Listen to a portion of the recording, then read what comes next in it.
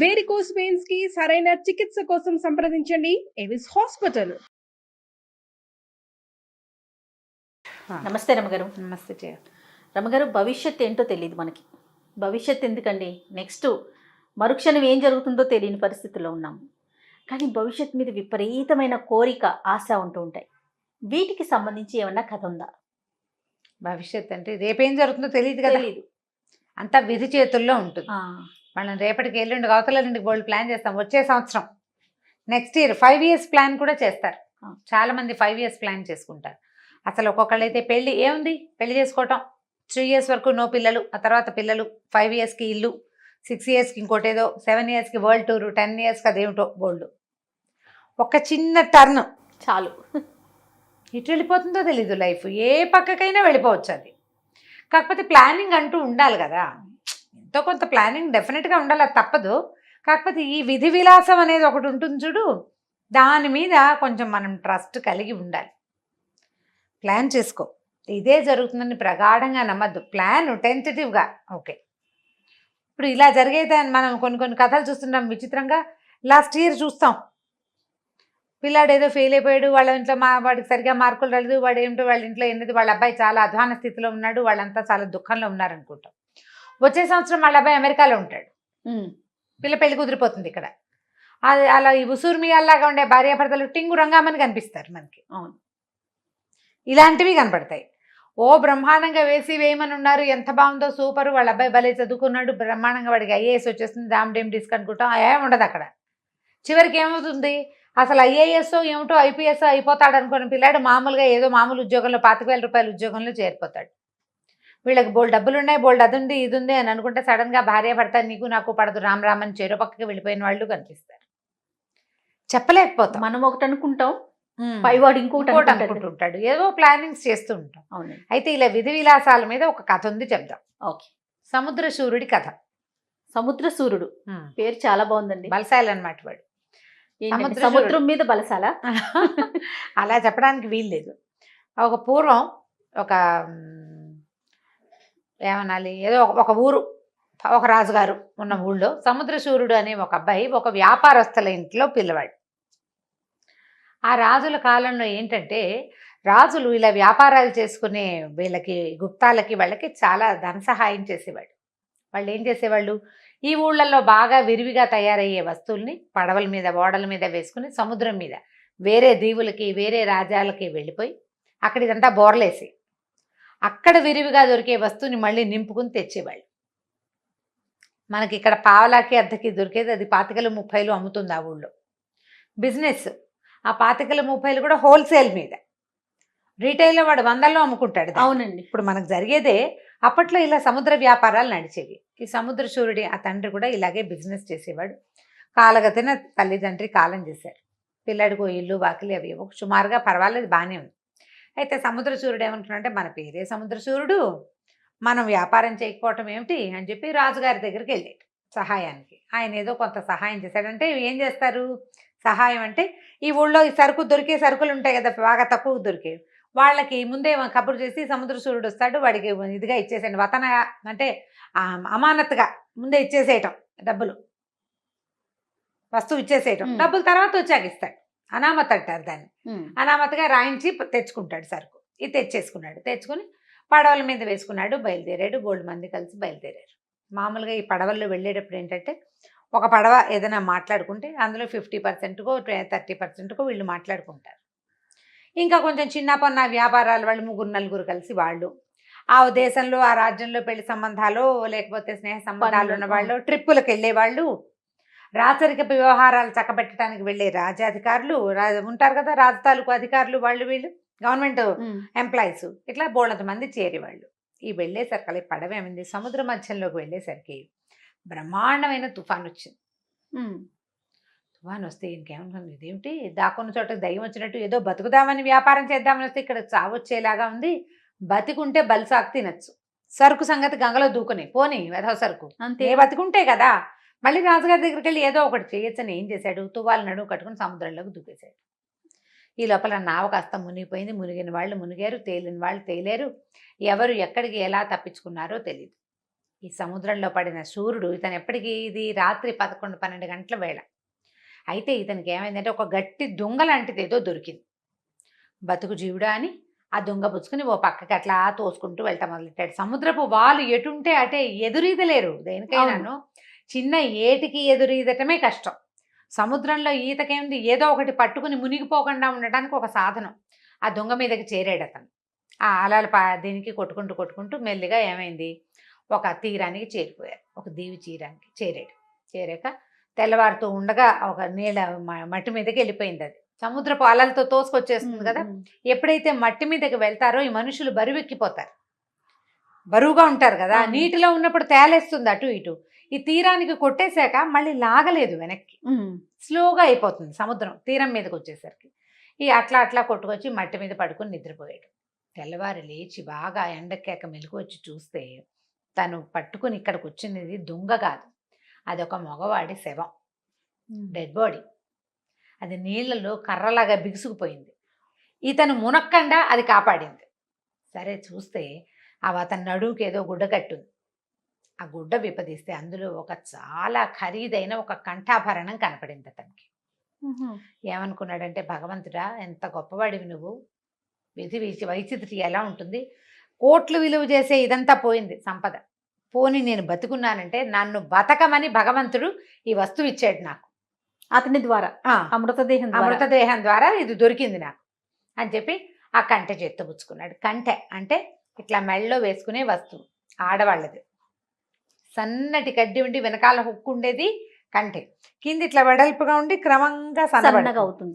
ఈ కంటెల్లో ఏం చేస్తారంటే లోపల సన్న హోల్స్ పెట్టి వజ్రాలు ముత్యాలు అవి పోస్తారు. అందులో పోసేసరికల్లా ఆ హోల్ నుంచి మనం కదిలినప్పుడల్లా వెలుతురు తగిలి మెరుస్తూ ఉంటుంది అనమాట. అది రాజులలో వాడే వస్తువు. మామూలు స్వానబోటి వాళ్ళంతా గట్టి కంటెలు పెట్టుకుంటారు. ఈ బోలు కంటే అందులో వజ్రాలు పచ్చలు కెంపులు ఉన్నాయి అంటే అదేదో ఒక రాచకన్య తాలూకుది, ఎవరో రాచరికపు వస్తువు. వీడెవడో చచ్చిపోయిన వాడు ఎవడో ఏమిటో మనకేం తెలుసు. వస్తువు చేత పుచ్చుకున్నాడు, బయలుదేరాడు. సరే ఏం చేశాడంటే ఈ సముద్ర తీరం నుంచి ముందుకెళ్తే ఒక దీవి ఏదో కొంచెం నగరంలాగా కనపడుతుంది కొద్దిగా.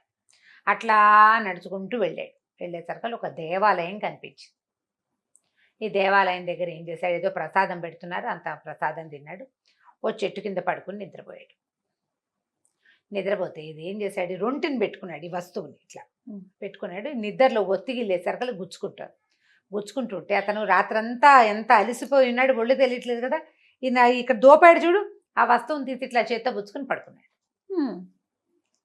పక్కకి తిరిగి పడుకుని ఈ వస్తువు ముఖం మీదకి వచ్చేసరికల్లా ధగ మెరుస్తోంది, కనపడుతుంది కదా చేతుల్లో ఉంటే. ఆ వైపున వెళ్తున్న సైనికుడు ఒకటి చూశాడు. ఏమిటి వీడెవడో పడుకున్నాడు, వీడి చేతిలో ఏముందని దగ్గరికి వెళ్ళి చూసేసరికల్లా ఆశ్చర్యపోయాడు. ఇదేమిటి? ఓకే సరే చూసి ఏమనుకున్నాడు, చేయి విదిలించి చూసేసరికల్లా ఆశ్చర్యపోయాడు. అది ఏమిటి ఆ వస్తువు? ఆ ఊరి పేరు కలసిపురం. ఆ రాజకుమార్తె చక్రసేన అని రాజకుమార్తె. ఆ చక్రసేనది ఒక కంఠాభరణం పోయింది కొంతకాలం క్రితం. దొంగ కోసం చాలా వెతుకులాడుతున్నారు. ఆ కంఠాభరణం ఇది. దాని పిక్చర్ రాయించి పంపించారు వెతుకులాటకి. ఒక ప్రత్యేకమైన కంఠె షేపులో ఉండే ఒక కంఠాభరణం రాజకుమార్తెది. అక్కడి నుంచి దొంగ దొరికాడు. ఇంకేముందని ఈలగొట్టాడు ఈయన. విజిలేసేసరికి అందరు చేరిపోయారు, పట్టేసుకున్నారు. ఇతను లబోదిబోం అన్నాడు, చెప్పాడు, వినలా. ఏదో శవం మీద ఉంది అంటే నేను అక్కడెక్కడి నుంచో వచ్చాను, నమ్మద్దు. పైగా ఏమో పలానా ఊరి నుంచి వచ్చానంటే ఏదో కాగితమో ఇంకోటో ఏమిటో ఉండాలి, ఏమీ లేవు ఇతని దగ్గర. దాంతో ఏం చేశారు, రాజుగారు చూడడం ఏమిటి, మరి ఉరిశిక్ష వేశారు. ఉరిశిక్ష పడిపోయింది. దొంగ వీడు రాజకుమార్తెను మోసం చేసి వస్తువు పట్టుకెళ్ళిపోయాడు. లోపల అంతఃపురంలోకి జొరబడి ఆవిడ స్నానం చేసే చోట నుంచి వస్తువు కొట్టేశాడు. ఇవన్నీ ఉన్నాయి. స్నానం చేసే చోటుకు వచ్చాడు, దొంగతనం చేశాడు, కనపడలేదు, విలువైన వస్తువు, అన్ని అభియోగాల మీద ఉరిశిక్ష పడేసరికల్లా ఈ సభ ఎక్కడ జరిగింది, ఇది కొంచెం ఓపెన్గా ఉండే ప్లేస్. ఆ ఓపెన్ ప్లేస్లో ఇతని చేతిలోనే ఆ కంఠ ఉంది. ఈ ఉన్న కంటెని పైనుంచి ఎగురుతున్న ఒక గద్దె తన్నుకుపోయింది. ఆ జనాలంతా హాహాకారాలు చేశారు. హాహా లేదు, హూహు లేదు, పట్టుకెళ్ళిపోయింది అంతే. ఈ కంటేమో పోయింది, వీడికేమో ఉరిశిక్ష పడింది. ఇది మాత్రం ఖరారు. ఇది ఖరారే, ఇది తప్పదు కదా. ఈయన కళ్ళు మూసుకుని ఏడవడం మొదలుపెట్టాడు. భగవంతుడా ఎవడన్నా నన్ను రక్షించాలంటే ఈ లోపల ఆకాశవాణి వినపడింది. ఆ కాలం ఆకాశవాణి కాలమే పాపం. రాజా ఇతను వదిలిపెట్టు, ఇతను సముద్రచూరుడు, వీడు ఒక వ్యాపారస్తుడు. ఆ కంఠాభరణాన్ని ఇతను దొంగిలించలేదు. కంఠాభరణాన్ని దొంగిలించిన దొంగ మీ భట్లకి భయపడి సముద్రంలో పడ్డాడు. అతని ద్వారా ఇతను దొరికింది, ఇతను నిజమే చెప్తున్నాడు అని. దాంతో రాజుగారు అయ్యయ్యో అనుకుని వస్తువు ఎలాగూ పోయింది, వీడెవడో నిరపరాధికి శిక్ష ఏంటని శిక్ష ఆపిచ్చారు.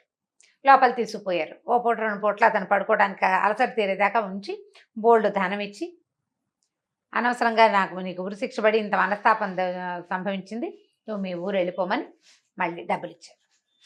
ఇచ్చేసరికల్లా సరే ఏమనుకున్నాడు, అమ్మయ్య విధి నన్ను కరుణించింది, ఓసారి సముద్రంలో పడ్డా, అవును, కంఠాభరణం దొరికింది, దానివల్ల జైల్లో పడబోయా, ఉరిశిక్ష పడబోయింది, మళ్ళీ డబ్బులు దొరికినాయి అని అనుకుని సంతోషించాడు.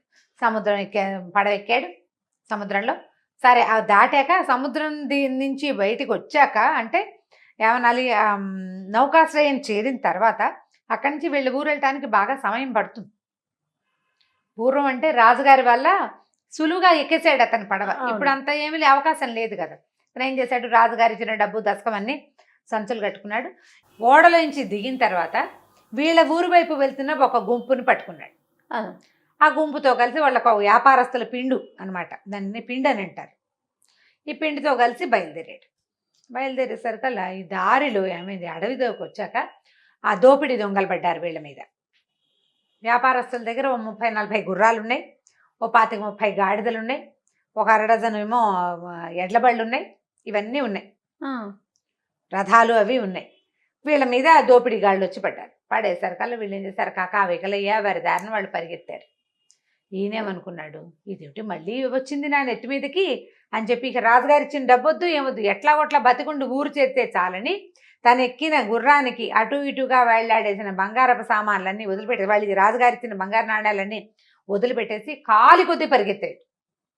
పరిగెత్తి పరిగెత్తి పరిగెత్తి పరిగెత్తి చివరికి ఒక వెలగ చెట్టు కిందకి చేరాడు. ఇక నీరసం వచ్చింది. ఆ దొంగలు ఆ ఉన్నవాళ్ళని వ్యాపారస్తుల పిండుని చంపేశారో లేకపోయారో పట్టుకుపోయారో ఏమీ తెలియదు ఈయనకి.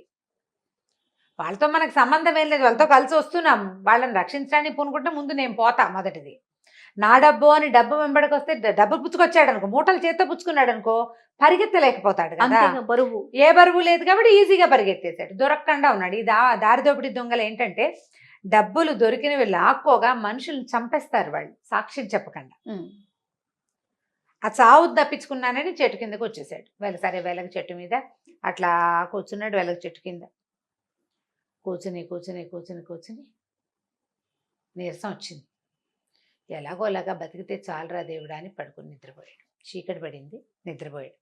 మర్నాడు పొద్దున బాగా ఎండ వచ్చేసరికి మెలకు వచ్చింది. ఎండ వచ్చేసరికల్లా ఎండ ఆ పక్క నుంచి పడుతోంది. చెట్టు మీద నుంచి కూడా మొహం మీద వెలుగు పడుతున్నట్టు తెలిసింది అతనికి.